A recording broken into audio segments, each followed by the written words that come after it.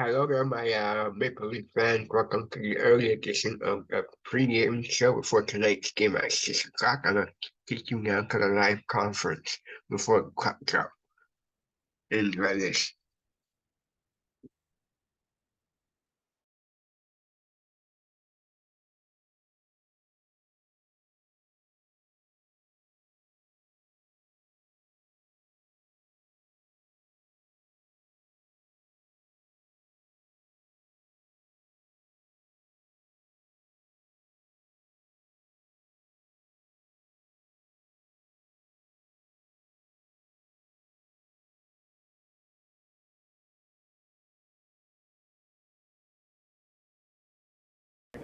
So, would you like to see Rasmus on the other side tonight? Yeah, it'll be fun. First time we're playing him since he got traded, so excited for a game, and should be fun. How much are you guys still in touch? We're good buddies. Spent a lot of time together, so had lunch the other day, so good to see him, and yeah, excited for tonight. What do you know how to get under his skin? I'm not really a big trash talker, but maybe I'll try and say some words in Swedish. We'll see. But yeah, he should be pretty easy to get get under his skin, I think. Why do you say that? Your game so far this year. What's that? What have you liked about your game so far this year? I feel like I'm skating with the puck a lot. Try to keep my feet moving. Still some things I think could be better, but I think gets a little bit better every game. I feel like. What could be better? Just some reads with transition stuff.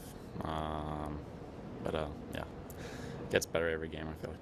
What stands out to you about how Joseph Wall has started this season? Yeah, he's been great.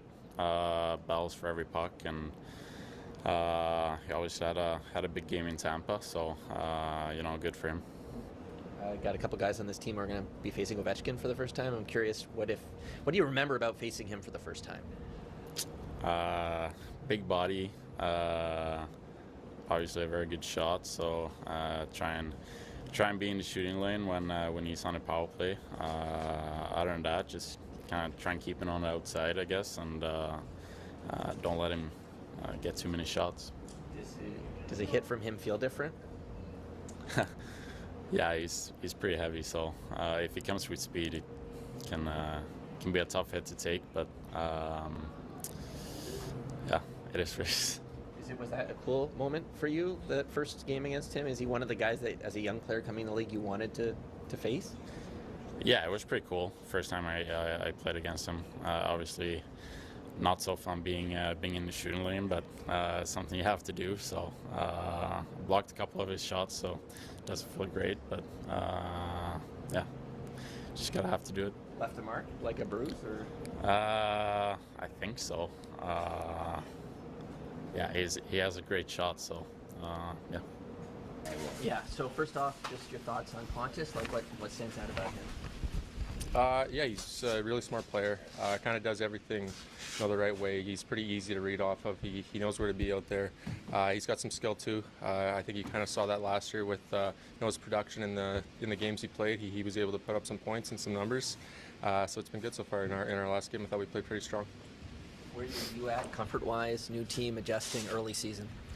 I'm comfortable. I thought, it took a little bit through camp, just kind of being on a PTO and not really knowing what was going to happen. But it's nice to get on the road and get some team dinners in, some meals with the guys, and kind of create that bond. And things are going good. What's it like to face Ovechkin? It's always fun. He was one of my favorite players growing up, actually. So it's pretty cool to face off against him. I know they got a lot of superstars over there that have been in the league for a long time and accomplished a lot of great things in this league. So it's always a nice challenge to go up against the Capitals. Why was he one of your favorites? Just the way he could score, the way he hit. Growing up, he was just one of my favorites. Again, any fun interactions, not so fun interactions with him over the years, battling him? I think it was last year, the year before, I actually kind of clipped him, and he came up to me and gave me a shot. So I don't know if he's too fond of me, if he even remembers that play, but that's something that I'll remember for sure. What's it like to get hit by him? Not always fun. Obviously, a big and strong player, so you got to keep your head up when he's out there. Do you remember your first game against him? Like, because you got a couple guys in this room that are going to play for the first time tonight. Your goalie, Nyes. Like, what was it like the first time? Yeah, I do. I think it was actually one of my first probably 10 games I think I faced off against him. So it's still pretty starstruck in the league. There's a few guys like that around that, the first time you play him, you're kind of watching him and warm up and watching him the first couple plays. And, you don't really want to be too hard on him, but I think that's all gone now.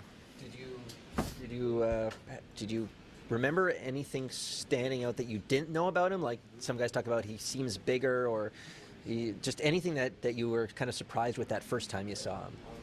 His size for sure. He's definitely a lot thicker than people think, and the way he's able to skate at that size is pretty remarkable. So that was probably one of the things I noticed.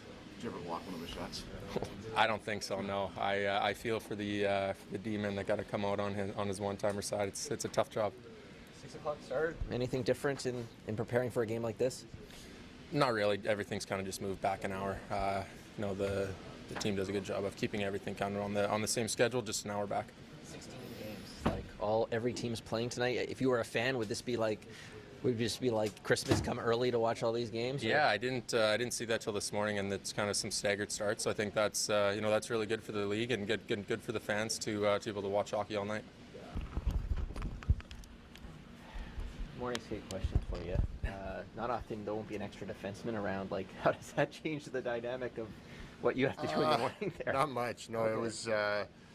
We run pretty much the same drills, and if we don't have anyone out there, Dino is a pretty good partner, so he jumps in with me and did some stuff with him today. But yeah, it doesn't change much. Doesn't give you a chance to catch your breath though between reps. I like it though. You get through the skate quicker, so you get off quicker. So there's I think the sweet spot's like 7 or 8 guys out there is nice. Okay. What do you remember about your first time facing Ovechkin? Because you got a couple guys in here who are going to play him for the first time. I don't know. It was a while ago. Yeah, it was. No, I think he lit us up pretty good in Calgary there. I do remember him. I think he had a hat trick in Calgary. I don't know if it was the first time I ever played him or whatnot, but yeah, I mean, I don't think there's many teams that can say he hasn't scored many goals against them. So he's just a guy you got to be aware all the time. He can score from anywhere inside the blue, and he's been doing it consistently for such a long time. It's just it's an incredible thing to be a part of and watching over all these years. Nice to play a game against somebody your vintage. Yeah. I think me and him have same amount of gray hairs on our head and our face, so it's nice. Yeah. What's it like to block a shot? You've blocked every shot there is. Yeah, he's got obviously a very unpredictable shot, so you never know where it's going. But thankfully, I've played the left side my whole career, and he's usually shooting it at the on the other side. But yeah, I have been on that side a few times, caught out there, and I think he's just it's unpredictable where it's going to go. He can put it anywhere, and I don't think sometimes he doesn't get enough credit for. I know he's a shot volume guy, but he makes some pretty good plays. Fake shot, pass backdoor plays too that you got to be aware of. What stands out to you about Yarncroke, and specifically his fit with Matthews and Marner, because they seem to have some good chemistry there at the end of last season and now getting a run here tonight? Yeah, I mean, he's just a guy like Yarny. Since I played with him, going back to Seattle, I mean, he can play with anyone. He's obviously the strength of his game, I think, is like how good he plays defensively. He's so reliable defensively, but he's got an amazing shot, and he makes good plays all the time along the wall. So I think those guys, love that because he gets them the puck, and they're able to make their plays. Are you a fan of this beet juice concoction? I haven't seen this before. I'm not a beet juice guy yet, Yeah. but a lot of our guys are, yeah. Yeah. What's the selling point? I don't know. It's supposed to help with endurance and stuff like that, but I'm sure there's something to it because a ton of our guys are taking it. Sheldon, do you see any similarities stylistically with Spencer's team in Washington that he's brought from you, or is it just different team, different systems type thing? Yeah, I think there are some similarities there, but there's some similarities all across the league. So I don't think there's much there, but there's certainly some things that we see that are different and unique. And he's got some good coaches over there that he's either hired or that have remained. So I think everybody's going to have their own flavor on things. What stands out about this Capitals team so far? They're trying to find their way like everyone. What do you notice? Just they're making a lot of plays. Their defense are very involved in their offense. Often you're seeing 4 guys, below the circles and below the dots, and looking to attack the net that way. So that stands out. They've got good depth. The lines are, things are pretty spread out throughout the lineup in terms of their forward depth and the experience that they have, and it is a good mix of that. The experience, and then the young players. Some of the young players are coming in that are giving them a lot of push offensively too. So they've been very good in transition here to start the season. While they're trying to find their game, probably similar to us in a lot of ways. Offensively, they've been one of the top teams in the league in terms of generating chances, but defensively, they've given up a bunch. So we have been similar in that area. So it's going to be sort of a test as 2 teams to plug one hole and be good in the other. I realize the score affects things, but what would be your target ice time for your 4th line? Is there an ideal that you're going for? Yeah, what I talked to them about is, somewhere in that 8 to 12 minute range is where I'd like them to be. It's been a challenge to get there. As you mentioned, the scores have been tight, not always in our favor. We've been playing from behind a fair bit, which has really affected them, but that's where I'd like them to live. 8 is sort of the minimum for me, and like I said, we've been unable to get them there, but I go into each game with that approach, and it's on me to manage that. But also the games, like I said, when you're trailing and you're going through games, especially in the second half of games, you got TV timeouts and you got special teams and you got all these things. All of a sudden, 4th line's missing shifts. I mean, it's tough living in the for the 4th line when you've got TV timeouts. I don't know how many times a game you have them called up and then the whistle blows and they come out and shovel, and by the time they're done, your best players are fresh again. They miss a lot of shifts and a lot of time because of that, but that's just sort of managing the game. Is there something in Yardcrock's game that allows him to fit so well with Matthews and Martin? Is it pace, maybe? Intelligence and work ethic, those 2 things combined. He has the work ethic to move his feet and move around the ice, and the intelligence to go to the right places. So I would say those are the 2 things that stand out. And then he has finishing ability as well. So I think that's what makes him a good fit. But the first 2 that I mentioned, that's what makes him a good fit on any line. Can it be hard for guys to fit in around those 2 with how they play with the puck? Yeah, it can be, for sure. Not as easy as it would appear. For sure. You gotta know the spots to go. You gotta be able to make a play when it's your turn. You gotta be a part of the sequences, but sometimes you gotta get out of the way too. And that's a good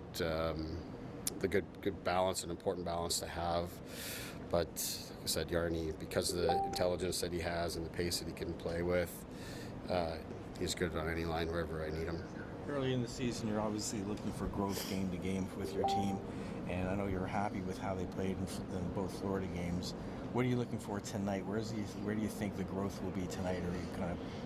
Yeah, well, I think when I look at the Florida games, I look at South Florida. I thought that we played a good game on the defensive side of the puck, gave up very little, didn't generate as much as we'd like.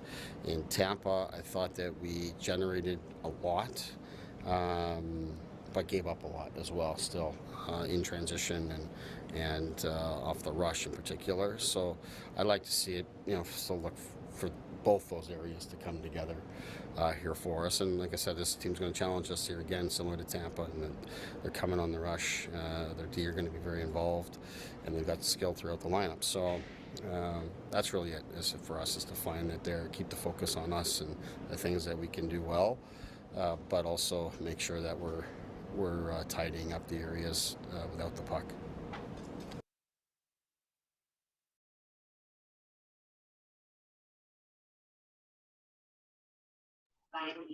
All right, that concludes our pregame conference. I'll be back at midnight as usual with the final update of who won that game. All right, this is Jonnywatts reporting for Jonnywatts Sports Desk Hockey Edition.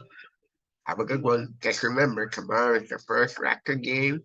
We have that update for you also tomorrow night at midnight. Have a good one. Bye for now.